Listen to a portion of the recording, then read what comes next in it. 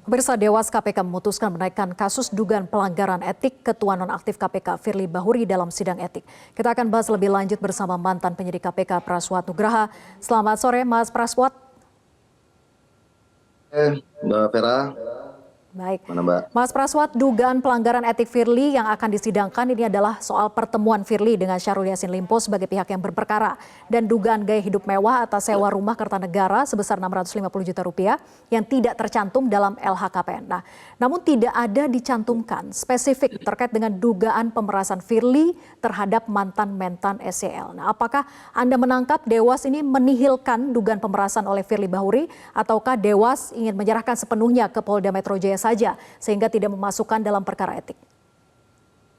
Ya, jadi ini juga jadi satu pertanyaan bagi kita semua Mbak ya. Jadi saya pikir saya paham benar apa yang yang ada di Dewas dan perangkat-perangkatnya. Jadi nggak masuk logika jika kemudian ada perbuatan A, B, C, D, E lalu kemudian disisihkan yang A, B, C lalu kemudian hanya D, E gitu. Itu kan nggak logis.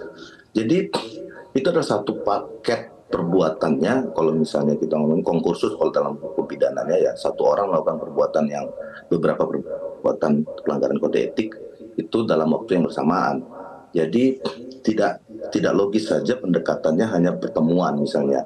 Sedangkan ada pemerasan, ada konflik of interest, ada pemberiannya, ada pemberian berkali-kali di dalam setiap pertemuan misalnya. Itu kemudian disisihkan hanya pertemuannya saja. Sementara pertemuannya saja kalau misalnya mereka ngomong itu kan pidananya sudah diambil oleh sudah ditangani oleh Polda Metro Jaya. Pertemuan itu sendiri di pasal 36 ayat 2 kan adalah pidana dan ancamannya 5 tahun. Jadi seharusnya kalau misalnya mau memakai standar ganda karena perbuatan pidana lalu kemudian Dewas KPK menyatakan perbuatan pidana kami tidak berwenang untuk memeriksanya, ya jangan diperiksa semuanya sekalian. Jadi sekalian nggak usah diperiksa sama sekali. Artinya tidak ada pelanggaran kode etik. Ini kan yang logikanya dibalik-balik. Karena perbuatan pidana itu pasti melanggar kode etik. Sedangkan perbuatan kode etik, pelanggaran kode etik belum tentu melanggar pidana. Karena ngomongin etik itu adalah patut nggak patut. Pertanyaan saya, bertemu dengan pihak berperkara patut atau tidak patut? Meminta uang dengan pihak berperkara patut atau tidak patut? Lalu kemudian bertemu sembunyi-sembunyi di tempat yang safety house yang seolah safety house padahal sebenarnya lobby house, itu patut atau tidak patut. Lalu kemudian ada setiap pertemuan misalnya ada penyerahan uang secara berkala, itu patut atau tidak patut. Nah, ini yang harusnya diuji secara material dalam sidang kode etik oleh Dewas. Oke, jadi Mas Pras, menurut Anda tidak perlu dipilah-pilah begitu ya? Mana yang menjadi fokus dan tidak jadi fokus dari Dewas? Tidak boleh Mbak, karena semuanya itu adalah perbuatan yang tidak patut dan itu semuanya melanggar kode etik, gitu loh. Oke, tapi perlukah juga menurut Anda begini? Pertemuan itu sendiri, ya Mbak?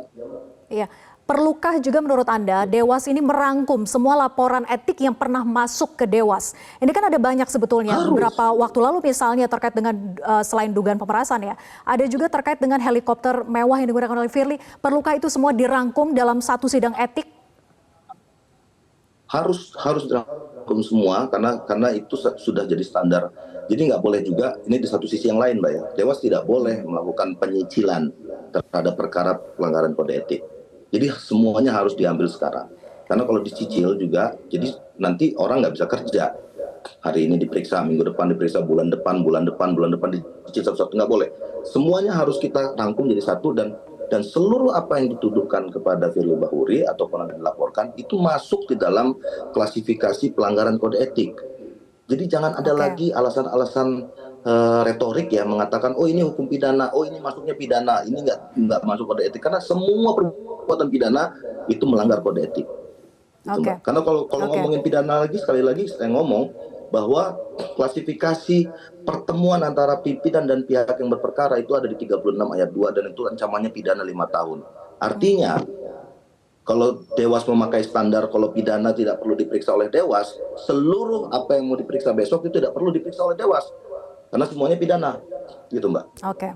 Oke, semua unsur dugaan pelanggaran etik harusnya dibahas di sidang etik begitu ya. Kita tunggu Betul, nanti bagaimana sidang betul. etiknya. Tapi jika nanti ini memang Firly terbukti melanggar etik, maka sanksi terberat apa sebetulnya yang bisa diberikan oleh Dewas KPK? Apakah cukup hanya sekedar Di, rekomendasi pengunduran diri saja atau bisa lebih berat sebetulnya? Memang di Perdewas Peraturan Dewas nomor 3 2021 pasal 10 ayat 3 huruf B, Mbak, itu memang sanksi terberat bagi pimpinan itu diminta mengundurkan diri. Sayangnya ya, Mbak, ya. Sayangnya ada kalimat itu, diminta mengundurkan diri itu. Ini juga jadi satu hal yang paradoks ya. Bagaimana mungkin di level pegawai itu bisa diberhentikan. Ada sanksi bisa diberhentikan. Tapi kalau di level pimpinan diminta mengundurkan diri. Jadi tapi nggak perlu juga kita kemudian eh, merasa waduh ini nggak bisa ditegakkan nih ke Firly Bahuri, karena begini, begitu putusan Dewas adalah Dewas meminta mengundurkan diri karena terbukti telah melakukan pelanggaran berat, maka legitimasi hari itu juga, detik itu juga, legitimasi yang bersangkutan sebagai ketua KPK akan runtuh. Jadi dia sudah tidak legitimate lagi, sudah tidak cakap lagi untuk melakukan tugasnya sebagai pimpinan KPK. Maka per hari itu juga, meskipun dia tidak mengundurkan diri, dia sudah tidak dianggap lagi sebagai pimpinan KPK. Apalagi hari ini yang bersangkutan sudah nonaktif ya. Ya. Jadi memang sudah tidak ada lubang lah, menurut saya tidak ada jalan keluar lagi lah untuk sekali ini biar bisa berkeluar. Tapi apa maknanya sanksi tuntutan bagi Dewas KPK menurut Mas Praswat? Apa maknanya bagi Firly dan juga bagi publik sebetulnya dengan pengenaan sanksi dari etik? Maknanya begini, Mbak. Maknanya adalah ketika kemudian seorang pimpinan KPK dinyatakan melakukan pelanggaran sanksi berat, pelanggaran kode etik dengan klasifikasi berat, yang disanksinya diminta untuk mengundurkan diri, itu sanksi yang tertinggi ya, Mbak ya. Sanksi, nggak ada lagi sanksi dari situ. Artinya memang si pelaku ini itu sudah full toid, kalau bahasa hukum pidananya itu sudah melengkapi semua unsur perbuatannya dan sudah terbukti dia melakukan seluruh perbuatan itu. Jadi sudah lengkap, perbuatannya lengkap, alat buktinya lengkap, peristiwanya lengkap. Jadi sudah mutlak lah hal itu dilakukan oleh yang bersangkutan. Semua tuduhan pelanggaran kode etik itu, jadi pertemuan, penerimaan uang, penggunaan harta yang tidak dilaporkan di LHKPN, atau pertemuan di safe house dan lain-lain, itu semua sudah terbukti secara full toid, bahasa pidananya tidak bisa diragukan lagi, sudah mutlak terbukti Firly Bahuri melakukan itu semuanya. Itu pesannya, Mbak, bagi masyarakat. Oke, kalau melihat komposisi dari Dewan Pengawas KPK saat ini, apakah Anda melihat bahwa harapan publik yang masih besar akan ketegasan, keberanian, dan juga objektivitas dari Dewas KPK ini bisa dipegang dengan optimis melihat komposisi Dewasnya saat ini? Dan apakah juga dengan sanksi yang akan diberikan oleh Dewas Etik KPK itu akan dapat mengembalikan marwah dan juga kepercayaan publik terhadap institusi KPK itu sendiri? Well, to be honest, Mbak ya, kami dari IM57 Institute sebenarnya sudah hampir putus asa, tapi tidak boleh putus asa kan, Mbak ya, untuk mengharapkan keadilan di Republik ini. Kalau berkaitan dengan Dewas, sebenarnya itu kami sudah berkali-kali melaporkan berbagai macam dugaan pelanggaran pimpinan, tapi seperti kita ketahui bersama, agak-agak hukum seperti tumpul ke atas namun tajam ke bawah. Jadi ini yang satu kritik bagi kami semua sejak kami di KPK bahkan sampai hari ini.